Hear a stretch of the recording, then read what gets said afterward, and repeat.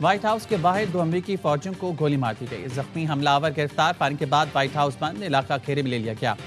زخمی اہلکاروں کا تعلق ویسٹ ورجینیا نیشنل گارڈ سے ہے۔ زخمی اہلکاروں کے ہلاکت سے متعلق متضاد اطلاعات۔ فائرنگ کے وقت صدر ٹرمپ وائٹ ہاؤس میں نہیں تھے۔ نیشنل گارڈز کو گولی مارنے والا جانور ہے، سزا سے نہیں بچ سکے گا۔ میں اور میرا صدارتی عملہ عظیم افواج کے ساتھ ہے۔ ڈونلڈ ٹرمپ کا سماجی ویب سائٹ پر پیغام۔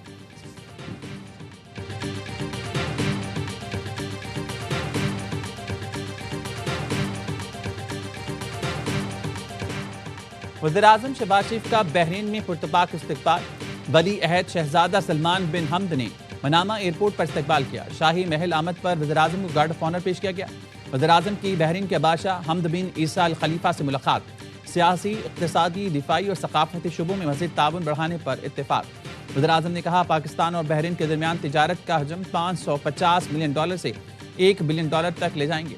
وزیراعظم نے گوادر اور خلیفہ بن سلمان پورٹ میں رابطے بڑھانے کی بھی تجویز دی۔ بحرین کے بادشاہ نے وزیراعظم کو آرڈر آف بحرین پیش کیا، جو عالمی سربراہان کو پیش کیے جانے والا بحرین کا سب سے بڑا اعزاز ہے۔ شہباز شریف اور بحرین کے ولی عہد شہزادہ سلمان بن حمد الخلیفہ کے درمیان بھی اہم ملاقاتیں ہوئیں۔ وزیراعظم نے سوشل میڈیا پیغام میں لکھا بحرین کے بادشاہ سے ملاقات نتیجہ خیز رہی۔ ہم نے اپنے تاریخی تعلقات پر تفصیلی بات چیت کی۔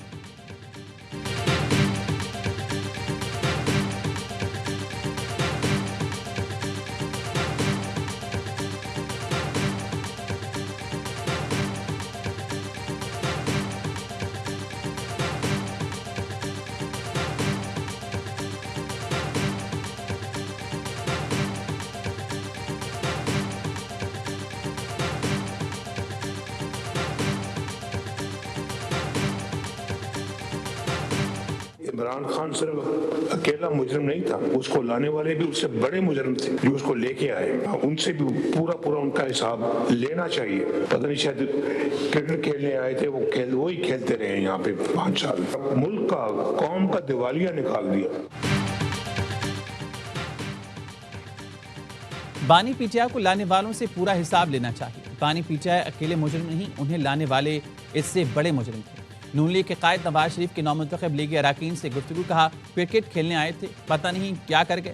گزشتہ دور حکومت میں ملک میں صرف تباہی آئی، بد تہذیبی کا کلچر عام ہوا، ملک کو دیوالیہ ہونے کے دہانے پر پہنچایا گیا۔ میں نے اپنے دور میں بڑے کام کیے، لیکن شہباز اور مریم مجھ سے بھی آگے نکل گئے۔ مریم نواز نے کہا مشرف سے جنرل فیض تک سب نے کہا تھا نواز شریف ماضی کا حصہ بن چکے، آج وہ سب کے سامنے ہیں۔ برملا کہتی ہوں پاکستان کا ماضی، حال اور مستقبل نواز شریف ہی ہیں۔ گرین بس دینے گئی تو پتہ چلا گیا میاں والی میں تبدیلی آ گئی۔ اب مخالفین کچھ بھی کہیں، عوام کو اصل اور نقل کی پہچان ہو گئی۔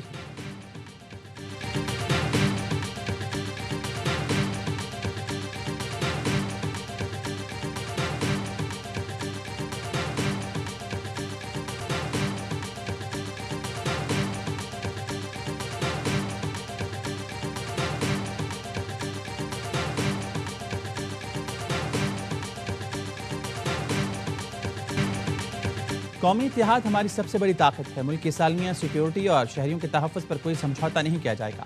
دشمن کے عزائم ناکام بنائیں گے۔ وفاق اور صوبوں کو مکمل تعاون فراہم کیا جا رہا ہے۔ فیلڈ مارشل سعید عاصم منی کا نیشنل سیکیورٹی ورکشاپ کے شرکاء سے خطاب، کہا افواج، ایجنسیاں اور قانون نافذ کرنے والے ادارے ہمت سے ڈٹیں ہیں۔ پاکستان باوقار ملک ہے اور اپنی صحیح جگہ ضرور پائے گا۔ خطہ جو پولیٹیکل مقابلے، سرحد پار دہشت گردی اور ہائبرڈ خطرات سے دوچار ہے۔ بیرونی حمایت یافتہ دہشت گردی اور معلوماتی جنگ نئے محاذ ہیں۔ مارک کے حق میں پیشہ ورانہ کارکردگی سے پاکستان کا عالمی قد بڑھا۔ پائیدار امن اور استحکام کے لیے قومی ہم آہنگی اور ادارہ جاتی تعاون ناگزیر ہے۔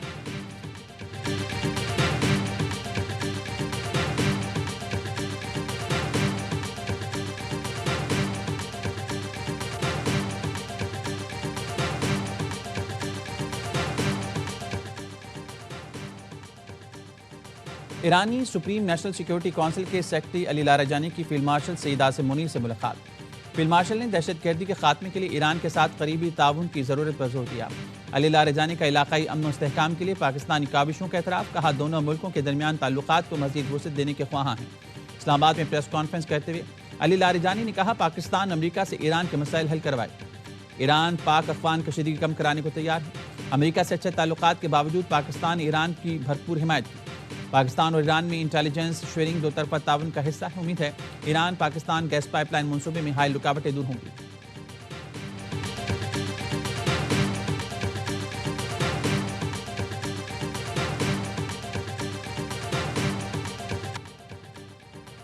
Chairman joint chief of staff committee general Sahir Shamshad Mirza کے اعزاز میں الوداعی تقریب، مسلح فوج کے دستے نے گارڈ آف آنر پیش کیا۔ تقریب کے شرکاء سے خطاب میں جنرل ساحر شمشاد مرزا کا کہنا تھا ملک کی دفاع ناقابل تسخیر اور مسلح فوج ہر چیلنج کا مقابلہ کرنے کے لیے تیار ہے۔ موجودہ جیو اسٹریٹجک ماحول میں مضبوط دفاع قومی سلامتی کی بنیاد ہے۔ جنرل ساحر شمشاد مرزا نے شہداء اور ان کے اہل خانہ کو خراج تحسین پیش کیا، ملک کے دفاع کے لیے افواج کی قربانیوں کو سراہا۔ IHPR کے مطابق جنرل ساحر شمشاد مرزا نے فوج میں 40 سال خدمات انجام دی، 3 سال chairman joint chief of staff committee رہے۔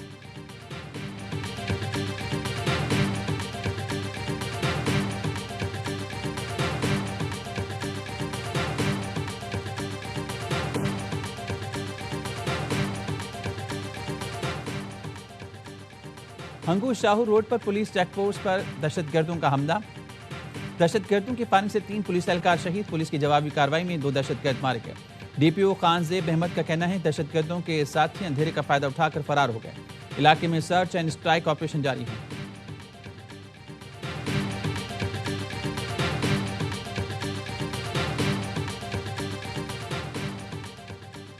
پاکستان مشکل حالات سے گزرا، پاکستان کی معیشت اب مستحکم ہو گئی ہے۔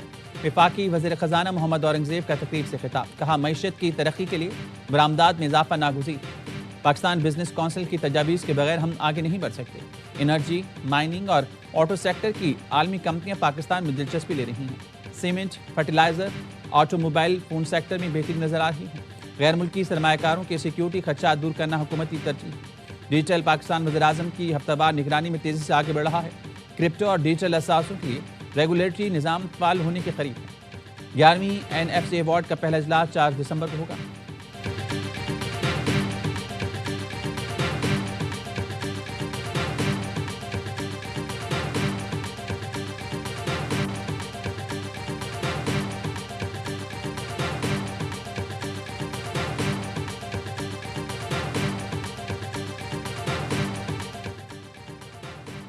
PTI کے بھگوڑوں میں جرت ہے تو پاکستان آ کر جنگ لڑیں، وزیر دفاع خواجہ آصف کہتے ہیں GSP+ کی پاکستان کو سہولت کے خلاف مہم چلا کر غداری کے مرتکب ہو رہی ہیں۔ پاکستان کی لڑائیاں پاکستان میں لڑیں۔ بانی PTI اینڈ کمپنی نے اقتدار چھن جانے کے بعد ملک کو دیوالیہ کرنے کی کوشش کی۔ پہلے انہوں نے پاکستان لوٹا، اب اوورسیز پاکستانیوں سے مال بٹور کر پرتعیش زندگی گزار رہی ہیں۔ خواجہ آصف نے ایکس پر لکھا، بانی PTI کا جو کھانا آتا ہے وہ 5 اسٹار ہوٹل میں بھی دستیاب نہیں۔ بانی کو ڈبل بیڈ اور مخملی بستر میسر، ہم تو ٹھنڈے فرش پر سوتے تھے، کھانا بھی جیل کا کھاتے تھے۔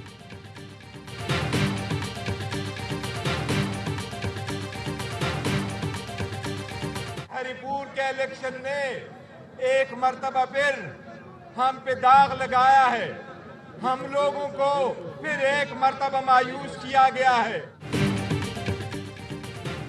کبھی کسی صوبے پر چڑھائی کی نہ کریں گے، ہری پور الیکشن میں ہمیں پھر مایوس کیا گیا، جدوجہد جاری رکھیں گے، بیرسٹر گوہر کا پشاور میں جلسے سے خطاب۔ وزیر اعلیٰ خیبر پختونخوا سہیل آفریدی نے کہا کچھ لوگ آئین اور قانون کی بالادستی نہیں چاہتے، اپنا حق کسی کو چھیننے نہیں دیں گے، ہم نے حقیقی آزادی کی جدوجہد جاری رکھنی ہے۔ ہر منگل کو ہمارے تمام اراکین پارلیمنٹ اسلام آباد ہائی کورٹ کے باہر جمع ہوں، جو نہیں آئے گا اس کی مذمت کریں گے۔